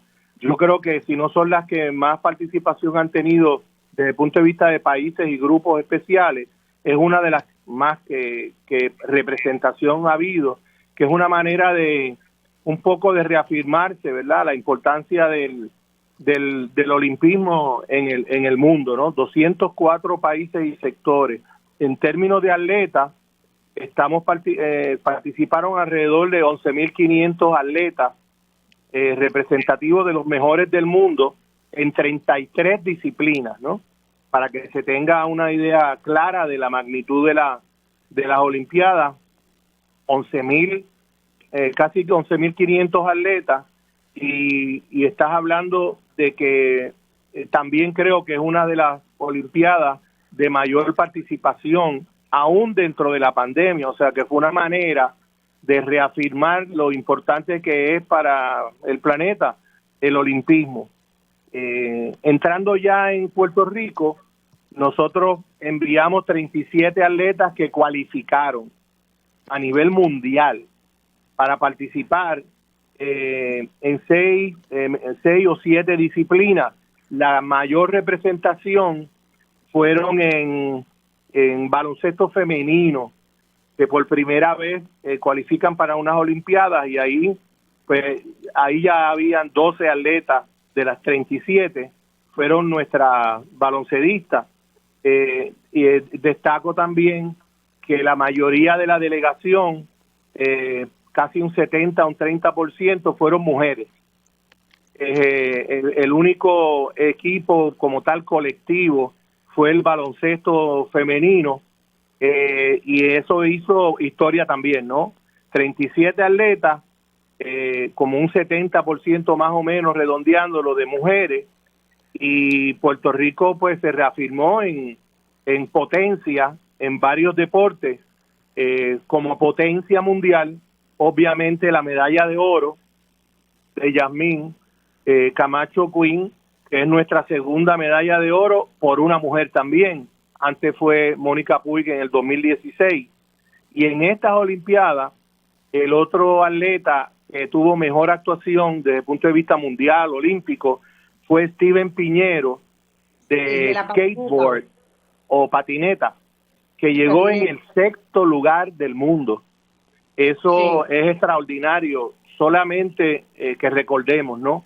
Javier Coulson, consistente a lo largo de toda la competencia, ¿verdad? Siempre estuvo en contienda, logró ir pasando las distintas rondas, y haber terminado en 6º lugar, además mejorando cada vez su puntuación. Claro, eso lo coloca como uno de los mejores, entre los primeros 8 atletas en la historia del olimpismo puertorriqueño. De eso es que estamos hablando, ¿no? Porque solamente, ¿verdad?, tenemos las 2 medallas de oro de Mónica y de Yasmín ahora, 2 de plata de Jaime Espinal, que era lucha olímpica en las últimas Olimpiadas en Río de Janeiro, y Javier Coulson, tremendo atleta, que logró medalla de plata también en Río de Janeiro en 400 metros con valla. De ahí en adelante, el resto de nuestras medallas, que son 10, son solamente de bronce, ¿verdad? Solamente cualificar es extraordinario, no debo decir solamente. conquistaron bronce alrededor, sí, son 6 boxeadores en nuestra historia, ¿verdad? Son las 6 de bronce son boxeadores. Y el primero, para terminar este contexto histórico, ¿verdad? La primera participación de Puerto Rico en Juegos Olímpicos fue en el 1948 en Londres, y ganamos ahí una medalla de bronce de Juan Evangelista Venegas, también en boxeo, que de manera importante pues fue un atleta negro puertorriqueño que también rompió un poco el molde para esos tiempos en unas Olimpiadas. De ahí en adelante todos fueron boxeadores en distintos momentos, en el 76, en la década del 80, en los 90, hasta que llegamos, todos boxeadores, hasta que llegamos a la medalla de plata en el 2016 y de oro, que fueron 3 medallas, una de oro y 2 de plata, y en el caso de esta Olimpiada, la de oro en 110 con valla de Yasmín Camacho Quinn. Pero quería destacar el nombre de Steven Piñero, porque como parte de ser, ¿verdad?, coordinador general del Movimiento Victoria Ciudadana, ayudamos a este atleta desde el principio a levantar fondos, lo respaldamos humildemente, ¿verdad?, en todo lo que pudimos para que él lograra, pues, básicamente tratar de cubrir sus gastos de entrenamiento, que eso es un tema que debemos tocar, ¿verdad?, en el futuro, quizás el domingo próximo. Cómo los atletas no tienen las condiciones, los puertorriqueños no tienen las condiciones económicas ni de entrenamiento para estar a este nivel, y lo que se logra es a base de sacrificio de las familias y del Comité Olímpico y de las federaciones deportivas. Así es. En el caso de Steven también es una disciplina nueva, que eso es todavía un signo de interrogación más grande, ¿verdad? Sobre todo una persona que no ha tenido la oportunidad como de foguearse en otros espacios, como sucede en otras disciplinas que ya llevan más tiempo, ¿no? Hay otros. Entonces, en el caso de Steven, es muy meritorio que en una disciplina nueva haya llegado, haya hecho un desempeño tan extraordinario. Sí, lo que pasa es que en el caso específico de Steven se embrolló a él y a la familia y se fue 3 meses antes a San Diego, California, a entrenar con los mejores entrenadores del mundo. Y eso lo levantó chavito a chavito y se fue solito para San Diego a entrenar por 3 meses. Y faltando apenas un mes, todavía tenía pues una situación económica muy, muy apretada, ¿no? Que lo hace más valioso todavía. O sea, no solamente es una nueva disciplina, sino que este muchacho que vivió muchos años en Estados Unidos y regresó a Puerto Rico hace 4 o 5 años, entrenó por su cuenta, se pagó sus gastos y apenas pues recibe $1,000 del Comité Olímpico mensualmente. Para que tengas otra idea, el entrenamiento costó $12,000. Entonces, esa es la historia, ¿verdad?, de Steven Piñero detrás del telón. Muy bien, ¿Cuándo llega? Bueno, todos están viajando, los que se quedaron para el final, ¿verdad?, para la clausura, llegan mañana, por eso no van a poder estar con nosotros algunas de las personas que hubiéramos querido para hoy, así que van a estar con nosotros el próximo domingo y esperamos que podamos tener, aunque sea un saludo, ¿verdad? Vamos a intentarlo, de algunos de los atletas más destacados de estas Olimpiadas. Oye, Papo, te pregunto por dos deportistas puertorriqueñas de las que he leído mucho y que me parece que también tuvieron un desempeño muy bueno, que vale la pena mencionarse. María Pérez en judo, que fue una de las 5 atletas de la delegación puertorriqueña que adelantó ronda, ¿verdad? Y la única entre los atletas del deporte de combate que ganó una pelea. O sea, María, dentro de todo, no tuvo un desempeño tan espectacular, aunque ya llegar y haber sido admitido en las Olimpiadas lo es, pero vale la pena que mencionemos que se desempeñó muy bien. Y Verónica Toro en remos, que ella, ¿verdad?, pasó ronda hasta los cuartos de final y luego remó por posiciones y llegó en el puesto 22 en la modalidad de bote sencillo, ¿verdad? Y dentro de la región, en América Latina, entre las atletas de la región, finalizó cuarta, detrás de México, Cuba y Trinidad y Tobago. Así que me parece también a Verónica Toro tenemos que reconocerle su desempeño extraordinario. Claro, en el caso de María ya es una veterana que ha ganado medallas en centroamericanos, panamericanos. Y a nivel del continente está en sexto lugar, o sea. Sí, ella tenía esperanza, ¿verdad?, de llegar más lejos en la competencia, pero aspiraba a una medalla, pero tuvo un buen desempeño. Y a todo esto, a lo que voy, Papo, es que nosotros tenemos atletas extraordinarios y tenemos también una necesidad bien grande de contar con estos atletas para que vayan motivando a otros jóvenes a entrar, ¿verdad?, en el espíritu del deporte y del deporte internacional, porque es algo que nos une como pueblo. Yo, ¿verdad?, uno sigue todos los comentarios de la gente y sí, las Olimpiadas son algo importante para la gente en Puerto Rico, no dejan de ser un evento que todo el mundo espera. Así que tenemos gente como esa, ¿verdad? Como Rafa Quintero también, que enclavado logró, a Rafa yo lo vi y logró número 2. Se quedó corto, ¿verdad?, de la final, pero porque fue un poco inconsistente ahí hacia el final, pero terminó también en alta posición, 14 en las semifinales, ¿verdad?, cuando los mejores 12 avanzaban a la final, así que casi llegó. Y yo escribí un artículo en El Vocero y también me publicaron algo a nivel internacional, y yo destacaba de que yo decía el título que nuestros atletas olímpicos son héroes y heroínas, ¿no?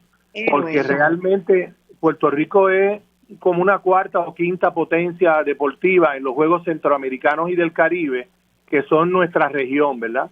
Luego, cuando pasamos a los Juegos Panamericanos, que es parte del ciclo olímpico, ¿no? Cuando pasamos a los Juegos Panamericanos, pues ya no estamos, ¿verdad?, en los primeros 10, porque ahí entran, pues, toda América Latina, el Caribe, Estados Unidos, Canadá, y se complica, ¿no? Ahí, pues también tenemos fuerza, pero obviamente vamos más atrás en el ranking desde el punto de vista de calidad.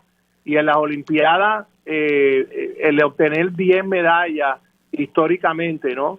Repito, 2 de oro, 2 de plata y 6 de bronce, nos dan un nivel que no tienen el 70%, 75% de los países que participan en la Olimpiada nunca han ganado una medalla. O sea, claro, que lo que estoy tratando de proyectar es que entendamos que nuestra región, con todas nuestras limitaciones económicas y de entrenamiento, somos una potencia en nuestra región caribeña, ¿verdad? En Panamericano se nos hace más difícil, pero también estamos en una buena posición, y en Olimpiada ganar 10 medallas de oro, desde el punto de vista de la calidad de nuestros atletas, son héroes, porque muchos de estos muchachos y muchachas no se pueden dedicar necesariamente, ¿verdad?, a tiempo completo a su deporte como hacen todos los demás atletas. Eso hemos ido mejorando, ¿verdad?, con el apoyo también de los auspiciadores, un apoyo un tanto muchas veces pintado de política partidista, ¿no?, de que se le da algunos dineros al Comité Olímpico y para antes de las elecciones, y después de las elecciones se olvidan del Comité Olímpico. O sea que nosotros tenemos unos héroes y heroínas en nuestros atletas olímpicos. Solamente cualificar para unas Olimpiadas, ya eso te convierte, en mi opinión, en un héroe y heroína del deporte. Absolutamente, totalmente de acuerdo. Papo, una cosa que no quiero que cerremos este segmento, aunque vamos a seguir discutiendo la semana que viene, es que a mí me emocionó mucho, obviamente que me emocionó muchísimo, la medalla de oro, y el hecho de que fuera Yasmín Camacho Queen, ¿verdad? Nuestro oro, que es representante de esa nuestra diáspora, y que ella hubiera tomado la decisión de ¿verdad? Desempeñarse, de competir por Puerto Rico. Eso creo que sacudió la fibra de muchos puertorriqueños. El país estuvo en esos primeros días, todo el mundo utilizando la flor de maga como símbolo, su tatuaje de mapa de Puerto Rico. Y eso me lleva a que nosotros tenemos que empezar a colocar y a darle el trato, el respeto, el reconocimiento que se merecen las poblaciones puertorriqueñas que han tenido que emigrar expulsadas de Puerto Rico por razones de pobreza, ¿verdad? Porque buena parte de nuestra emigración hacia los Estados Unidos tiene que ver con gente que no conseguía un empleo seguro, tenía empleos inestables, eran personas que no veían oportunidades para sus niños porque tenían problemas de dificultades médicas por algunas condiciones para las cuales no hay servicios en Puerto Rico, y buscando mejorar la calidad de vida para la familia, pues debieron migrar. En resumen, no hay tanta gente que voluntariamente quiera irse de Puerto Rico, sino que nuestra diáspora en su gran mayoría está compuesta por personas que tuvieron que irse de Puerto Rico o que decidieron irse frente a algunas necesidades puntuales que no podían cumplir en Puerto Rico. Pero son puertorriqueños, se asumen como puertorriqueños, y aunque no compitan como puertorriqueños, porque hay este caso de la ¿verdad? Ya la familia de Maggie Stephens, su padre fue un destacado deportista de polo acuático que participó por Puerto Rico en muchos eventos, pero que él sí decidió emigrar a los Estados Unidos y se estableció en California buscando mejorar sus destrezas de polo. Se casa con una estadounidense, se queda allá, pero siempre le inculca ese amor por Puerto Rico a las hijas, ¿verdad? Deportistas. Y a mí me pareció que las expresiones que hizo, y obviamente siendo un deporte de equipos, ¿verdad? Fundamentalmente, pues no es muy fácil decir competimos por Puerto Rico, porque tendríamos que todos estar de acuerdo, a diferencia de cuando tú estás en un deporte donde el deportista es quien compite solo. Entonces hay lo de la diáspora. Nosotros tenemos, ¿verdad?, un mal recuerdo de las expresiones de Gigi Fernández, que fueron, yo creo que hirientes hacia buena parte de la población de Puerto Rico. Ella realmente sentía orgullo por representar a los Estados Unidos, más orgullo que por representar a Puerto Rico, y eso es una decisión personal, yo no la voy a cuestionar, ¿verdad? Pero creo que muchos de los otros de otros deportistas en la diáspora tendríamos que encontrar por lo menos la posibilidad de que pasen un tiempo en Puerto Rico ayudando a formar gente, porque tienen buena disposición para hacerlo, como lo han demostrado las hermanas Stephens, ¿verdad? Que han dado en Culebra, han hecho talleres y han hecho talleres a nivel de todo Puerto Rico en polo acuático para los niños de Puerto Rico. Porque la diáspora es parte nuestra y es parte de nuestra fuerza colectiva en todos los ámbitos. Sí, mira, déjame decirte... Quiero un pantallazo tuyo, aunque lo discutamos más la semana que viene. No, solamente quería puntualmente decir tres cositas. Uno, en términos de la diáspora, eso es lo que demuestra, y su participación por Puerto Rico, de Yasmín y de muchos otros, ¿sí?, es la fuerza de nuestra nacionalidad. O sea, el hecho de que 5 millones más de 5 millones de puertorriqueños hayan tenido en muchos casos casi siempre que irse por razones económicas y se sientan puertorriqueños. Alguien me decía que amar a la patria no tiene que ver con hablar español, que es un sentimiento no necesariamente tiene que ver con que tenemos que hablar español. Hay una generación de puertorriqueños que sienten y que aman a Puerto Rico y su primer idioma es el inglés. No vayamos muy lejos, pero no quiero meterme en aguas más profundas. Lo otro sería que en el caso de la diáspora, el gran campanazo lo dieron los baloncestistas aquí, en la década del 60, 70 y 80, donde muchos de nuestros mejores baloncestistas representando a Puerto Rico venían todos de la diáspora. Recordemos, por decir tres, Raymond Dalmau, Rubén Rodríguez, Nestalí Rivera. Ese equipo, el equipo del 2004 que le ganamos al NBA Dream Team en Atenas, en las Olimpiadas de Atenas, gran parte de ese equipo nacional de Puerto Rico que derrota a Estados Unidos en la primera ronda del baloncesto olímpico en el 2004, eran compañeras y compañeros de la diáspora, en este caso compañeros, ¿no? Muchas de nuestras atletas y de atletas varones en las últimas décadas, digamos, son puertorriqueños que viven en Estados Unidos y se sienten por Puerto Rico. Tanto es así, y termino con esto, de que yo siempre digo esto, la mayor manifestación gigantesca de la puertorriqueñidad se celebra todos los años, hace 57 años, en Madison Avenue, en Nueva York, donde 1 millón de personas desfilan con la bandera de Puerto Rico. Y eso son palabras mayores. Así es. Así es. No, y yo pienso que Puerto Rico y las universidades de Puerto Rico deben estar atentas para ofrecerle becas también a esos atletas puertorriqueños que viven en los Estados Unidos y que quisieran poder formar parte de los equipos de Puerto Rico, ¿verdad? Tenemos todavía que trabajar más esa relación, porque es una relación que tiene un potencial de amor extraordinario. Bueno, hay que reconocer... me dicen del control que tenemos que ir a una pausa, que tenemos que ir ya a la pausa. Papo, tengo que cerrar contigo. Seguimos el domingo que viene. Y seguimos el domingo que viene, porque el domingo que viene vamos a tener un programa muy especial, porque vamos a concentrarnos no solo, ¿verdad?, en el impacto de las Olimpiadas y lo que significan, sino en qué significa el deporte para el desarrollo económico y social de un país.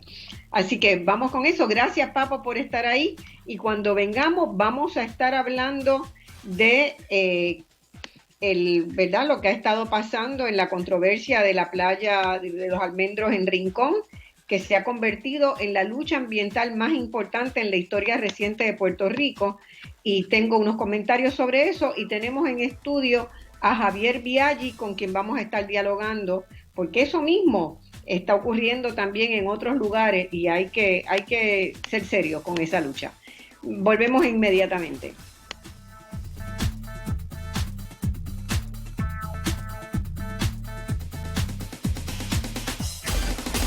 En solo minutos regresamos con Voz Alternativa por Radio Isla 1320. Ya estamos de regreso al análisis de los temas que te interesan. Escuchas Voz Alternativa por Radio Isla 1320. Bueno, amigas y amigos, vamos ya al último segmento de este programa de Voz Alternativa, que hoy hemos estado discutiendo varias noticias de la semana, tanto locales como internacionales. Ya la semana que viene tenemos programa temático, como le hemos dicho, vamos a estar trabajando sobre el tema de deportes y desarrollo. Y tengo en el estudio, en nuestro estudio, a Javier Biaggi. ¿Estamos ahí? Saludos, ¿cómo está, Marcia? Saludos. Porque ustedes saben que hemos estado desde el mes de junio, ¿verdad? Se ha puesto sobre el tapete de la discusión la situación de una playa, que no es la única, la playa de los Almendros en Rincón, que un edificio que estaba allí, que había sufrido muchos daños durante el huracán María, quería hacer una reforma de su área recreativa, pero sin tomar en cuenta los cambios que había habido, los cambios topográficos que había habido en esa zona y las poblaciones circundantes que han estado utilizando esa playa durante mucho tiempo, se dieron cuenta de que prácticamente perdían el acceso a la playa con esa reforma. Se empieza a levantar una voz de alerta y yo quiero que empecemos, Javier, hablando un poquito y que la gente entienda, ¿verdad? Yo no estoy segura de que en Puerto Rico todos los que nos están escuchando tienen conciencia de que el cambio climático está causando estragos en el mundo, ¿verdad? Esto no es meramente un problemita de Puerto Rico o un problemita de un partido y de otro y nos quedemos en la parte chiquita de esa discusión. Porque si seguimos creyendo que esto del cambio climático, como cree mucha gente en Puerto Rico, es un invento de los científicos, la catástrofe está asegurada. Correcto. Nosotros somos una pequeña isla, estamos sintiendo ya impactos muy grandes del cambio climático, tenemos prácticas como consumidores que son desastrosas e irrespetuosas hacia el medio ambiente. Hoy en el mundo, para tener un ejemplo de lo que es el aumento de temperatura mundial, nosotros somos un país tropical caliente y ya pasamos por un huracán categoría 5+, como podría decirse. Los bosques en Grecia y California están ardiendo. Los incendios forestales caminan en todo el mundo de la mano del calentamiento global. El deshielo de los glaciares en los polos, que parecen estar más lejos que lo que estaba Italia o China cuando hablaban del COVID, ¿verdad? El polo, eso es por allá, no tiene que ver con nosotros. El deshielo de los glaciares, que parecen estar tan lejos, están llegando a nuestros mares y haciéndolos subir, y seguimos diciendo que eso es pasajero, ¿verdad? Pero se han incrementado ya en Puerto Rico las inundaciones y la erosión costera. Y la controversia, si alguien quería ilustrarla con algo, es la controversia que ha surgido sobre la playa Los Almendros en Rincón. Y tenemos a uno de los líderes que ha estado frente a esa lucha con nosotros para que nos actualice en lo que ha estado sucediendo. En esta semana hubo unas declaraciones de la Junta de Planificación que quisiera que Viaggi los comentara, donde dicen que sí, que parece que no son muy claros los procesos de permiso, pero el Departamento de Recursos Naturales no quiere soltar prenda ¿verdad? de los documentos que tiene. ¿Dónde estamos con eso? Vamos a tomar ese primer punto, ¿verdad? Bueno, que es clave porque la Junta de Planificación mandó a paralizar la construcción. Y como dicen en algunos lugares, por algo será. No. Marcia, inclusive hemos visto camellos nadando en Arabia Saudita, en el desierto, de las inundaciones tan catastróficas que están ocurriendo allá. O sea, hasta en eso hemos tenido problemas en el mundo. Mismo Suiza, las inundaciones en Italia, misma China con la destrucción de los embalses. El cambio climático está haciéndose sentir y eso plantea a la línea costera, a la zona marítimo terrestre, una amenaza, especialmente a la propiedad y a la vida de esa línea, inclusive a la vida silvestre, porque mientras menos playas, ¿dónde van a desahogar la y como decía yo creo que, perdona que te interrumpa un segundo, creo que es importante que la gente sepa que los seres humanos no somos los únicos dueños del planeta Tierra. Exacto. Tenemos, la vida silvestre tiene derecho también y son los primeros puertorriqueños, porque están aquí mucho antes que todos nosotros. Tiene prácticas y ha logrado un equilibrio ¿verdad? Exacto. Para que el planeta sobreviva. Exacto. No son los animales los que han quebrado el equilibrio, No. son las prácticas de los seres humanos, Sí. son los automóviles, son las cosas las basuras que la gente tira y que contaminan el ambiente. Y no son los animales los que han dañado el planeta. Por lo menos tenemos que tener ese reconocimiento, ¿verdad? De que no somos los únicos, pero sí los que los dañamos. Y los esfuerzos que tenemos que hacer nosotros los seres humanos para poder minimizar nuestro impacto en esa naturaleza, que no tan solo los va a afectar a ellos, sino nos va a afectar a nosotros también, porque Claro. nosotros somos parte de este ecosistema, ¿no? Y esta biosfera la tenemos que proteger nosotros, porque es nuestra vida también la que está envuelta en este rollete. Vemos en el Pacífico cómo islas están desapareciendo, y algunas de esas islas son lugares de anidad de aves, por lo tanto habrán zonas en el Pacífico que estarán despobladas de aves, porque ya no tienen dónde anidar.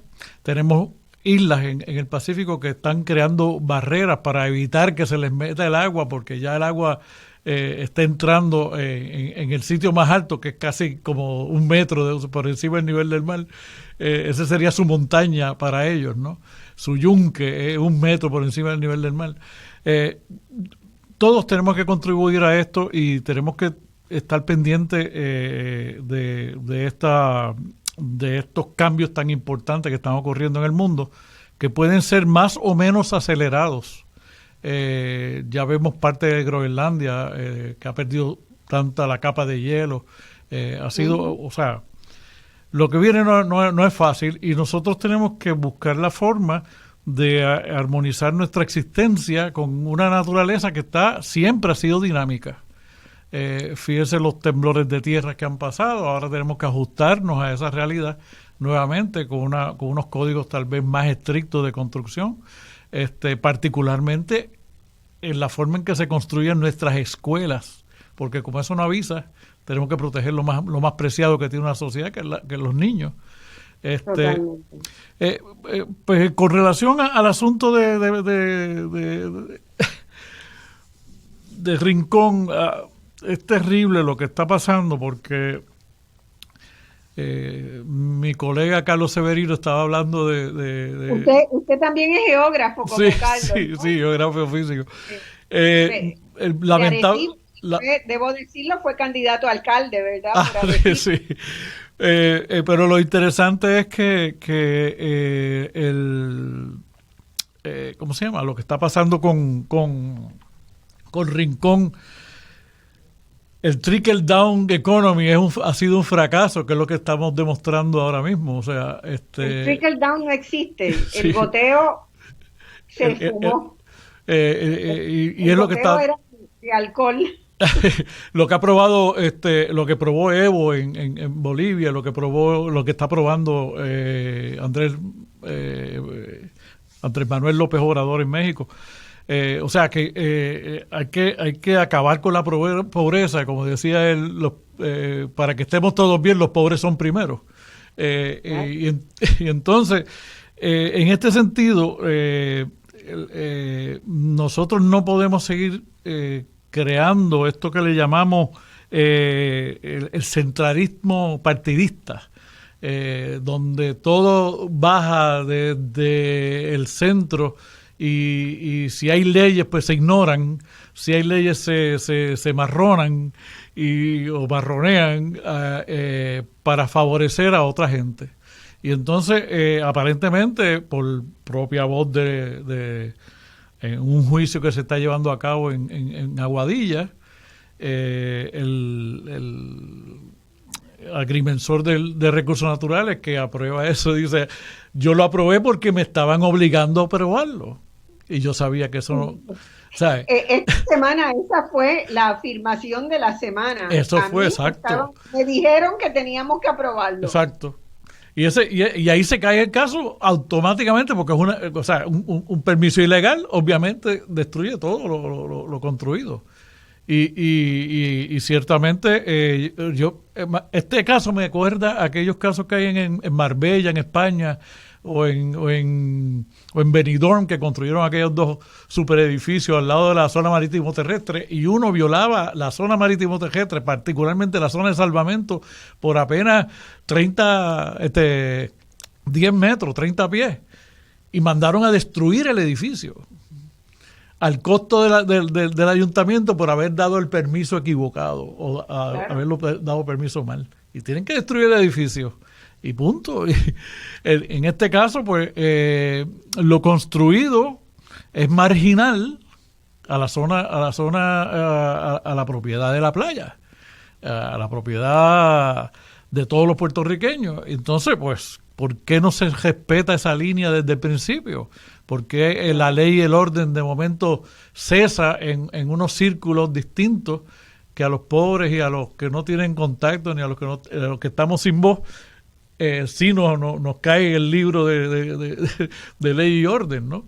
Totalmente. Y eso es lo que está diciendo también la Junta de Planificación. O sea, que ha habido un ingeniero que ha hecho ha presentado un caso faturo. Le debe haber venido casi un infarto cuando, pues seguro, cuando las palabras del que lo están ¿cómo se llama? Refiriendo a la Comité de Ética del Colegio de Ingenieros. Y yo creo que esa es la línea correcta a donde tiene que ir el gobierno para defender los intereses del pueblo. Tenemos que denunciar la trampa, tenemos que denunciar el tramposo, tenemos que acabar con este régimen, que eso es corrupción. Y eso tenemos que para tener una ciudadanía de avanzada, tenemos que levantarnos por encima de esa. Allí, es parte de los reclamos que se están haciendo, ¿verdad? Y que le hemos escuchado a varias personas en distintos, tanto ambientalistas como abogados ambientalistas, es la necesidad de declarar una moratoria inmediata a la construcción en la zona costera de Puerto Rico, ¿verdad? Porque estamos otra vez acá, ningún tribunal va a ordenarle que se demuela un edificio después que está construido. Llevamos desde el 2013 tratando de aprobar una ley de costa nueva. Eso, pero en este momento en que estamos hablando, eso revierte. Yo la semana pasada hicimos un programa con especialistas, ecologistas especialistas, el doctor Rafael Joglar. Sí, seguro. Decía, estamos en una situación realmente de emergencia. Exactamente. O sea, la ley de costa tiene que ser parte de un reclamo de una declaración de estado de emergencia con relación al medio ambiente en Puerto Rico. Bueno, el cuatrienio pasado se presentó... ¿Qué tenemos que hacer para que lleguemos a eso?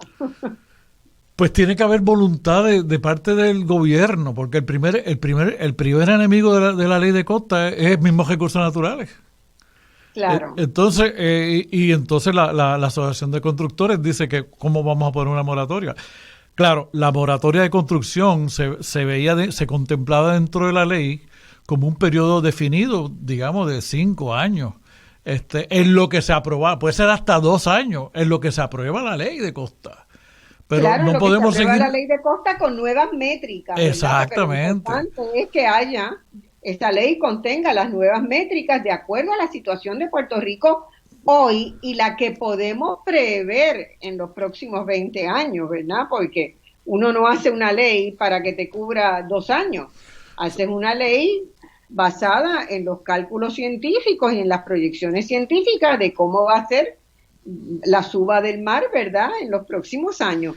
Pero, y esos datos existen, esos datos se pueden trabajar.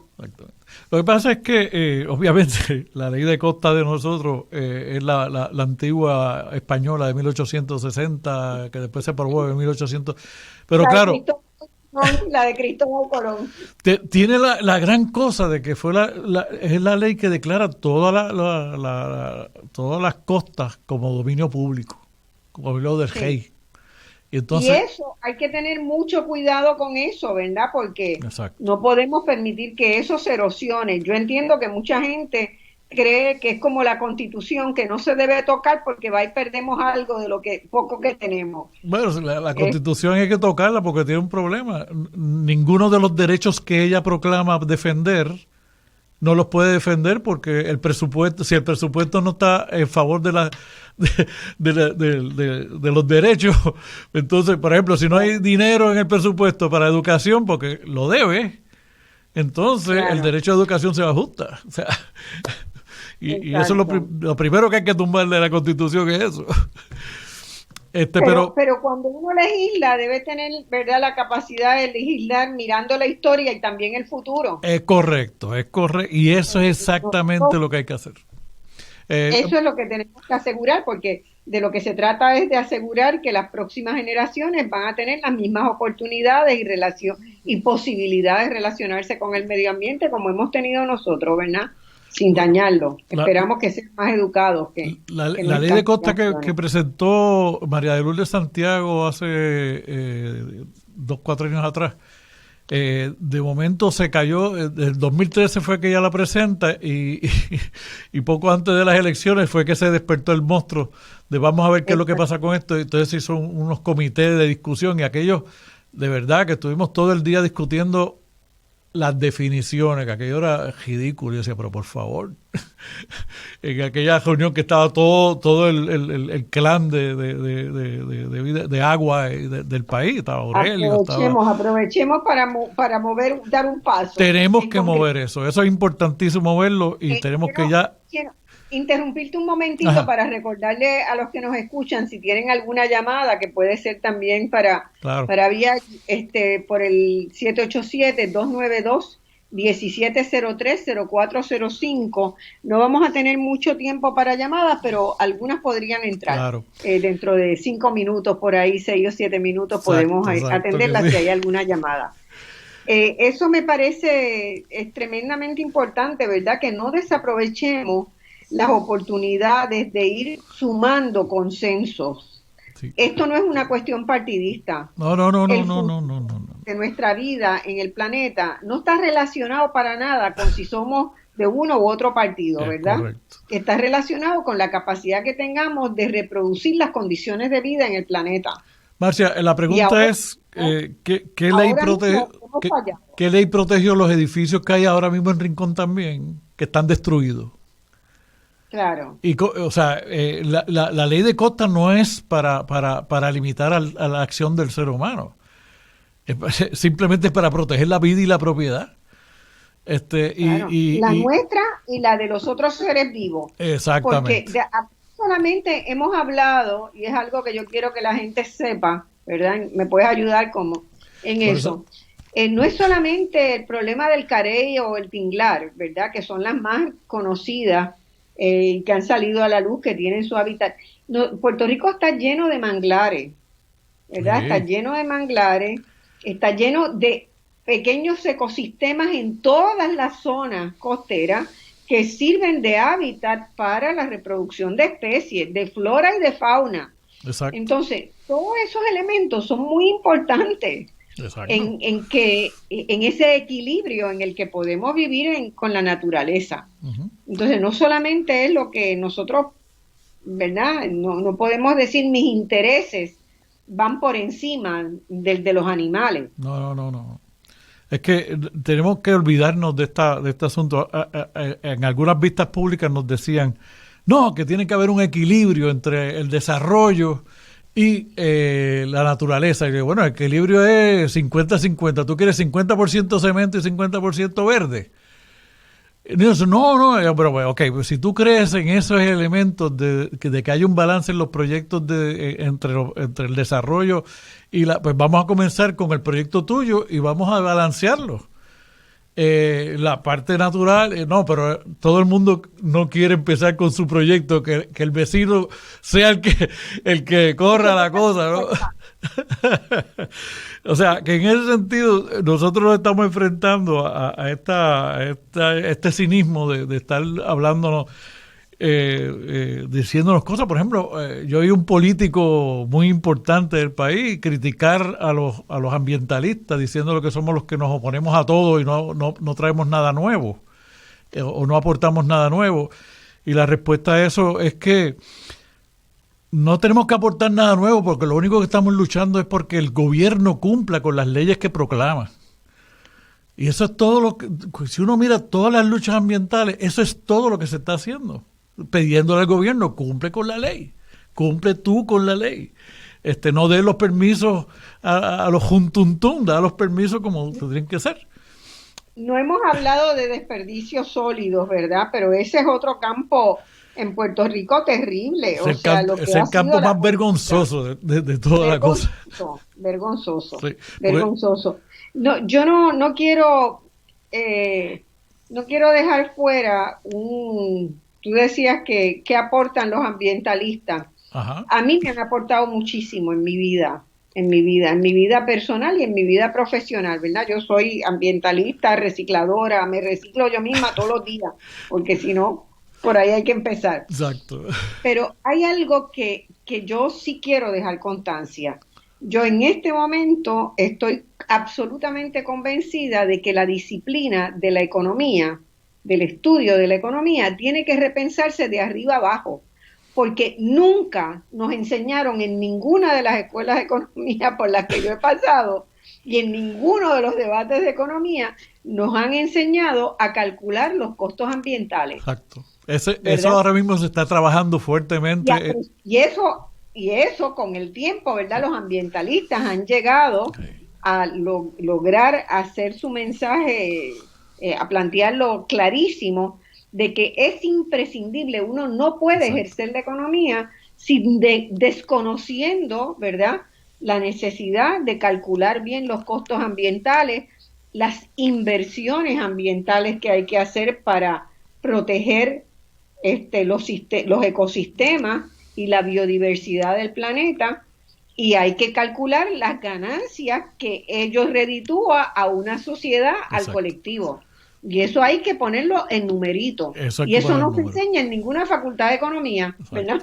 Lo que pasa es que también hay una... Estoy totalmente de acuerdo, y BirdLife International...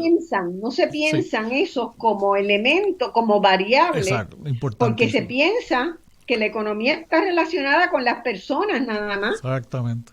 Pero fíjate, también aquí los economistas también tienen un detalle que se les olvida, y particularmente los del gobierno, que piensan que lo más importante es el desarrollo económico, que haya ese número suba, pero se les olvida que... El crecimiento económico. El crecimiento económico y finalmente el desarrollo. Pero el problema es que no puede haberlo con aguas contaminadas, aire contaminado, suelos contaminados y energía sucia. Con eso tú no puedes decir que estás teniendo crecimiento o desarrollo económico. ¿Por qué? Porque en la mitigación de todo eso se va a comer todo el crecimiento que pueda haber. Claro, totalmente. Y eso es algo que tenemos que tener más consciente en esta época moderna o posmoderna de cómo nosotros pensamos la ciudad y pensamos la economía. Y yo creo, BirdLife International está haciendo un esfuerzo increíble para hacer el cálculo ambiental de lo que significan los ecosistemas en términos de dólares y centavos, de los efectos que esto tiene sobre la economía de un lugar, y nos vemos realmente en una disyuntiva, ¿no? Porque el mundo va hacia un lado y yo veo que nosotros en este país estamos caminando medio acangrejados, dando como reversa, en donde deberíamos estar adelantando. Nosotros teníamos las leyes más adelantadas sobre el ambiente. Fuimos la cuarta nación con una junta de planificación.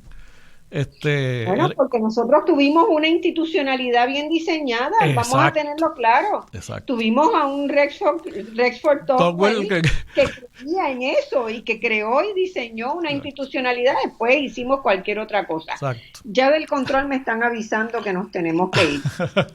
Estamos mucho, pero yo anuncié la semana pasada que voy a hacer de aquí a diciembre por lo menos 4 o 5 programas sobre el tema ambiental. Bueno. Así que me voy a comunicar para seguir este diálogo, Seguro. Esta conversación que es muy importante. Lo que queríamos en el programa de hoy era tener un poquito de discusión sobre lo que había pasado en el caso, porque yo estoy convencida de que este es el caso más importante, ¿verdad? Yo también. Que se está discutiendo y que puede sentar un precedente porque la gente empieza a darse cuenta, ¿verdad?, de lo que significa el no tomar acciones claras y contundentes ahora. Y que está estableciendo... Hasta la semana que viene, agradeciendo tu participación. Claro que sí. Y les pido, por favor, cuídense, sigan usando la mascarilla. El COVID está rebrotando. Hace un mes tuvimos un programa con especialistas, ultra especialistas de varios lugares del mundo en Voz Alternativa, donde dijimos, el rebrote se viene. Y mucho cuidado con la gente que está viajando a la Florida. Así que hasta el próximo domingo. Muchas gracias, Marcia, y saludos a todos. Cuidándonos todos. Un abrazo, gracias. Gracias a todos por escucharnos.